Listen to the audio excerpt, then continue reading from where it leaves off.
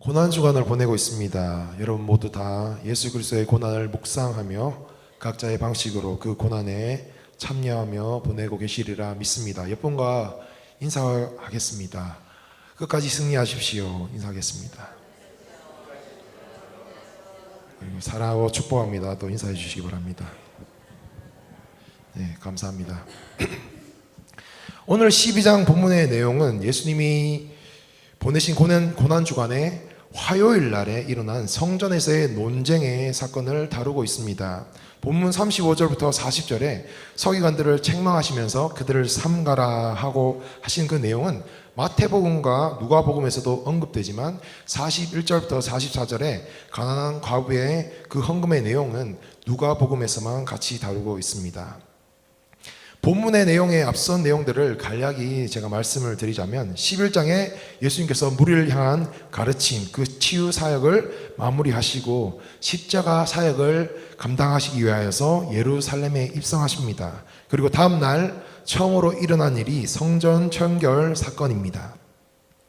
예수님은 성전으로 들어가셔서 모든 매매하는 자들을 내쫓으십니다. 이때 너희가 성전에서 매매하면 안 되지, 어서 들어가. 이 정도로 조용히 달래서 보내신 것이 아니라 노끈으로 만든 채찍을 휘두르시면서 가축을 내쫓고 그들의 상을 엎으며 내 집은 만민이 기도하는 집이라. 근데 너희는 강도의 소굴로 만들었다라고 호통을 치십니다. 이 사건을 계기로 강도의 소굴이 된 이 성전에서 엄청난 경제적 이익을 얻고 있었던 대제사장들과 서기관들, 그 종교 지도자들이 예수를 어떻게 죽이지 하면서 이렇게 고민하게 됩니다. 그 전까지 아무도 그것에 관하여서 토를 달거나 반역을 일으킨 사람이 없었습니다. 종교 지도자들은 그만큼 막강한 권위와 존경과 권력을 가지고 있었기 때문입니다. 그렇게 자신들에게 반기를 들어 지체가는 예수님이 눈의 가시와도 같았을 것입니다. 그 다음 날에 예수님을 중심으로 종교 지도자들과의 신학 논쟁이 일어납니다. 먼저 예수님의 권위에 대한 논쟁으로부터 시작하여서 포도원 농부의 비유, 그리고 가나이사에게 세금을 바치는 것에 대한 논쟁, 그리고 부활 논쟁을 거치면서 마치 예수님이 100%의 그런 승률로 그들을 압도하십니다. 그리고 그걸 지켜보고 있던 한 서기관이 예수님께 찾아와서 질문합니다. 제일 되는 계명이 무엇입니까? 라고 질문을 합니다. 이에 예수님은 하나님 사랑, 이웃 사랑이라고 대답하십니다. 그 서기관이 온 힘을 다해 하나님을 사랑하고 이웃을 자신과 같이 사랑한 것이 그 어떤 제물을 드리는 것보다 나으니이다 라고 말하니 예수님이 칭찬하십니다.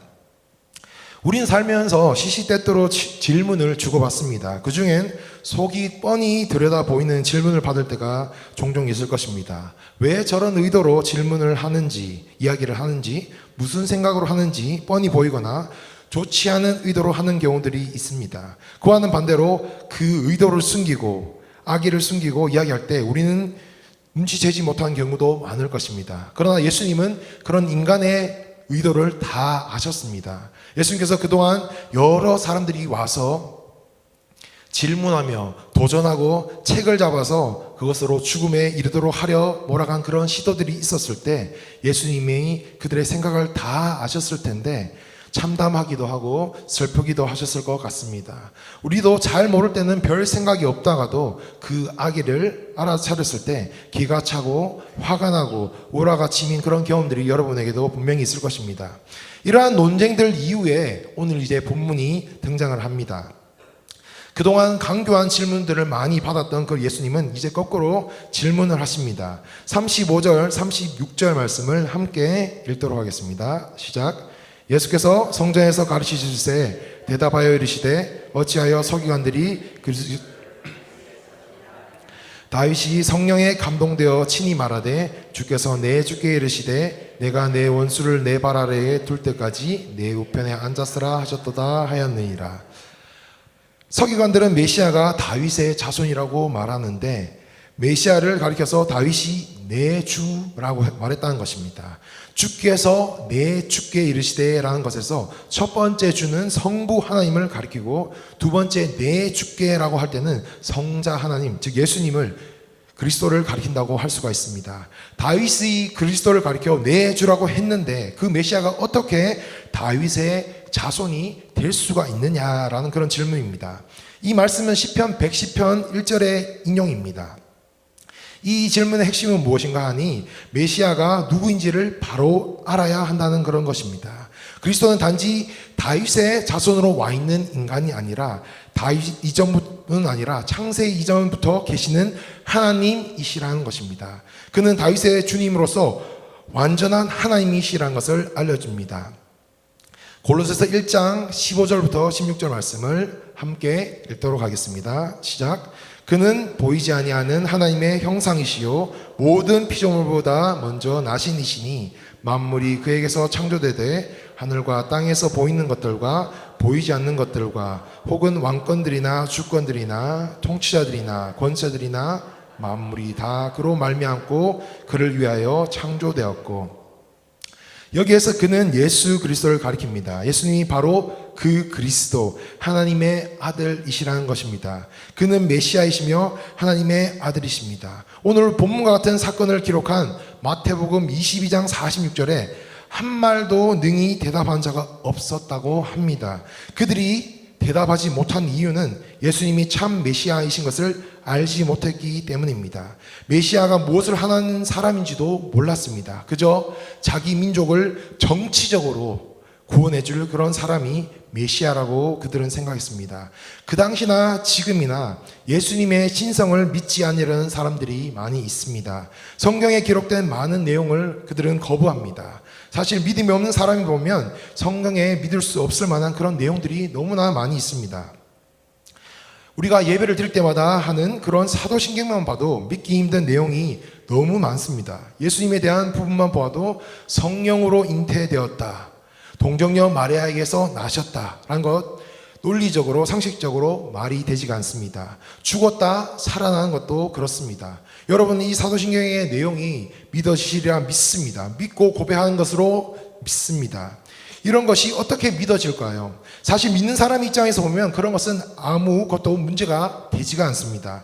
하나님이 온 우주 만물을 말씀으로 창조하셨다라는 그런 창세기 1장 1절에 그런 말씀만 믿을 수가 있다면 나머지 믿지 못할 게 아무것도 없습니다. 그런 능력이 있는 분이 처녀가 성령으로 잉태하여 처녀가 아기를 낳게 하는 것을 왜 못하시겠습니까? 사람이 죽었다가 살아나는 것도 왜 못하시겠습니까? 아무것도 문제가 되지가 않습니다.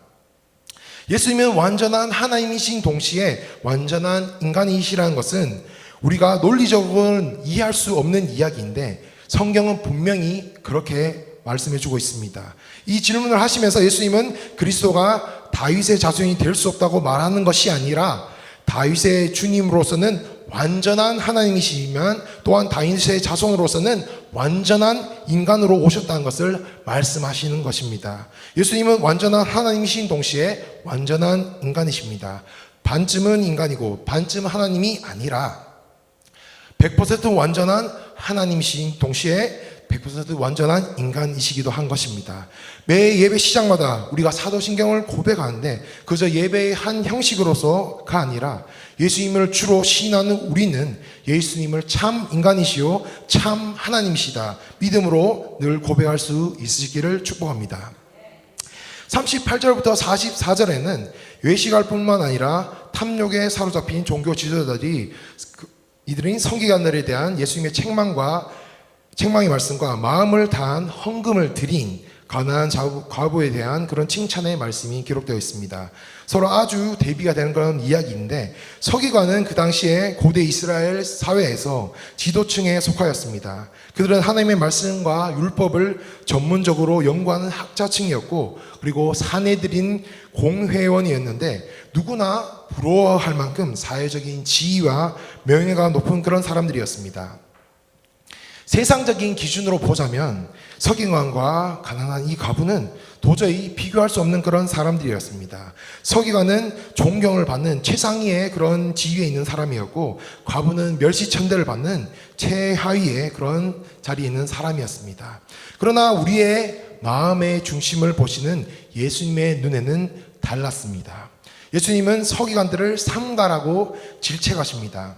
우리 인간 사회에서 옷이란 때로운 특별한 직위를 나타내며 그에 따르는 권위를 상징하기도 합니다.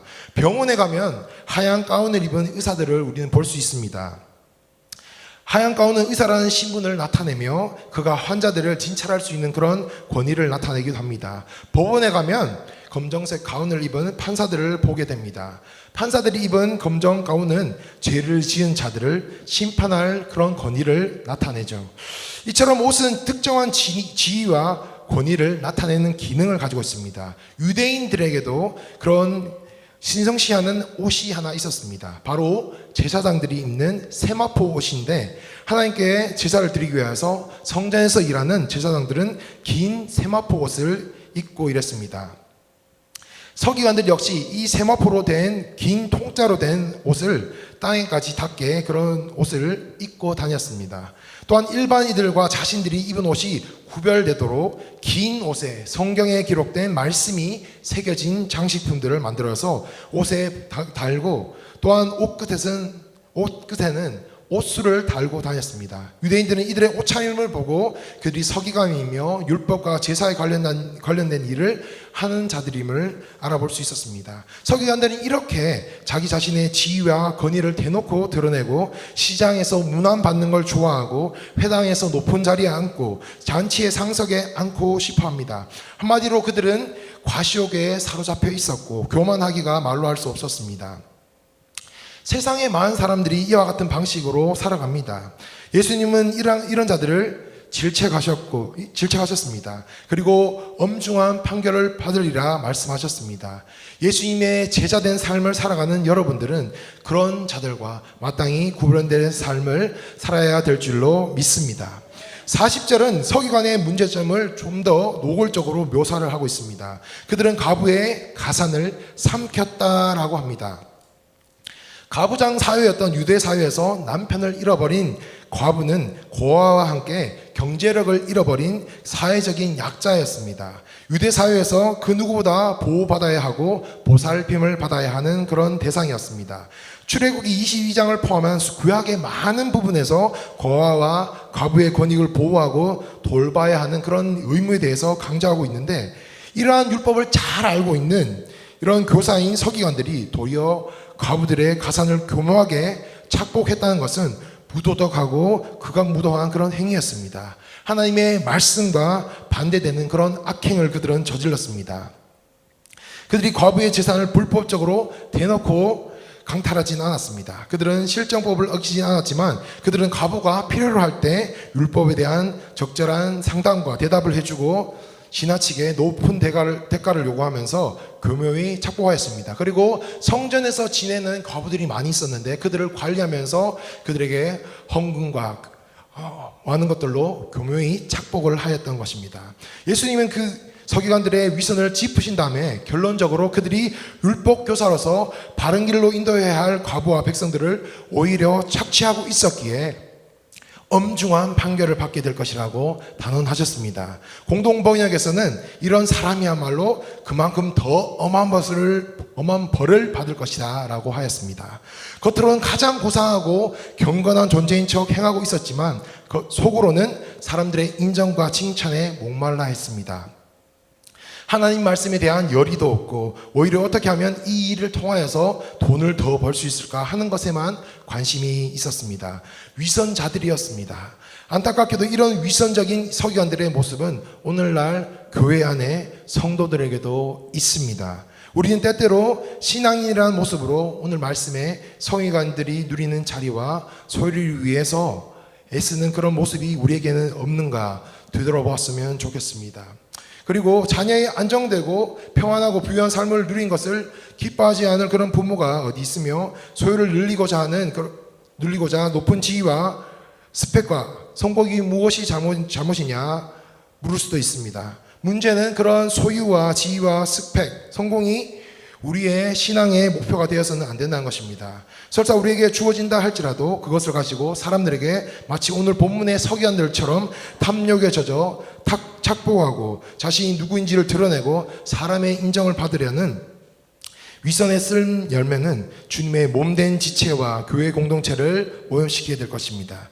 중요한 것은 그것이 물질이든 지위든 무엇이든 그것을 누리며 자신을 증명하라고 주어진 것이 아니라 하나님 사랑과 이웃 사랑을 위한 섬김과 사랑의 도구가 되어야 된다는 것입니다.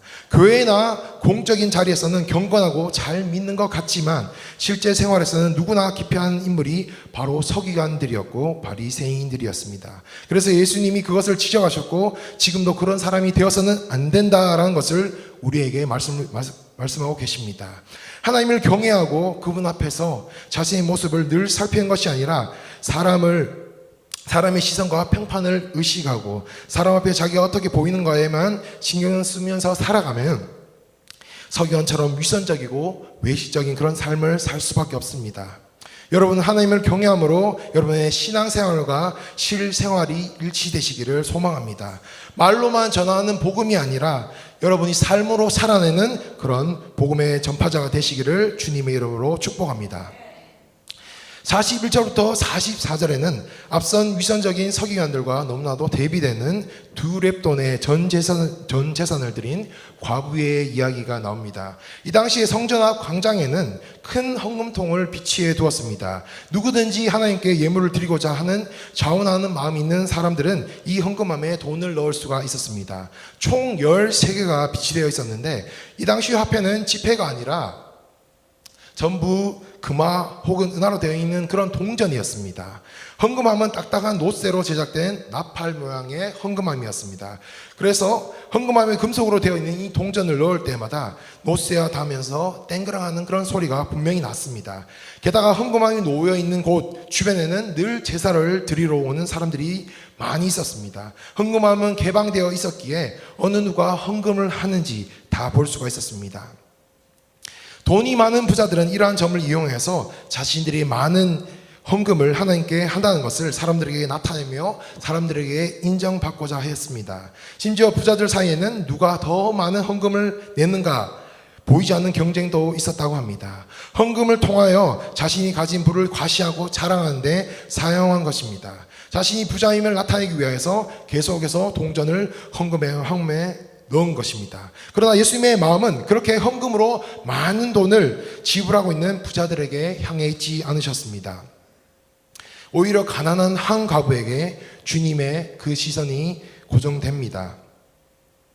부자들은 화려한 옷차림새와 더불어 풍요한 가운데 그들의 드릴 것을 사람들의 이목이 충분히 끌리게 드렸습니다.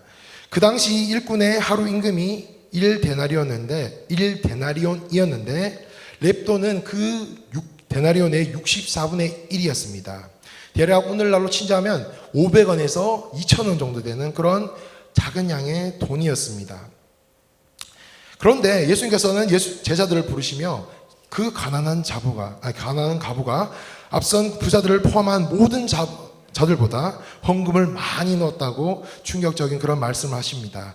이 본문은 예수님이 부분을 드린 그 부자와 전체를 비교하면서 전체를 드린 그런 과부를 칭찬하신 내용으로 오해하기가 쉽지만 세상은 과부를 무시하고 그녀가 드린 액수만을 보지만 예수님은 그 과부의 헌신의 마음, 그 마음의 중심을 보셨습니다.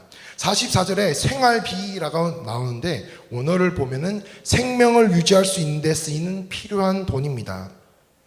의식주 문제를 포함하여 생명을 유지하는 데 필요한 비용 전부를 드린 것입니다. 그녀의 이러한 모습 속에서 우리는 이 가난한 과부가 하나님을 전적으로 의지하고 자신의 모든 것을 주님께 맡기는 그런 신앙을 가진 사람인 것을 알 수 있습니다. 주님의 주되심을 인정하고 최고는 아니지만 최선을 드린 그런 과부의 마음을 주님은 보셨던 것입니다.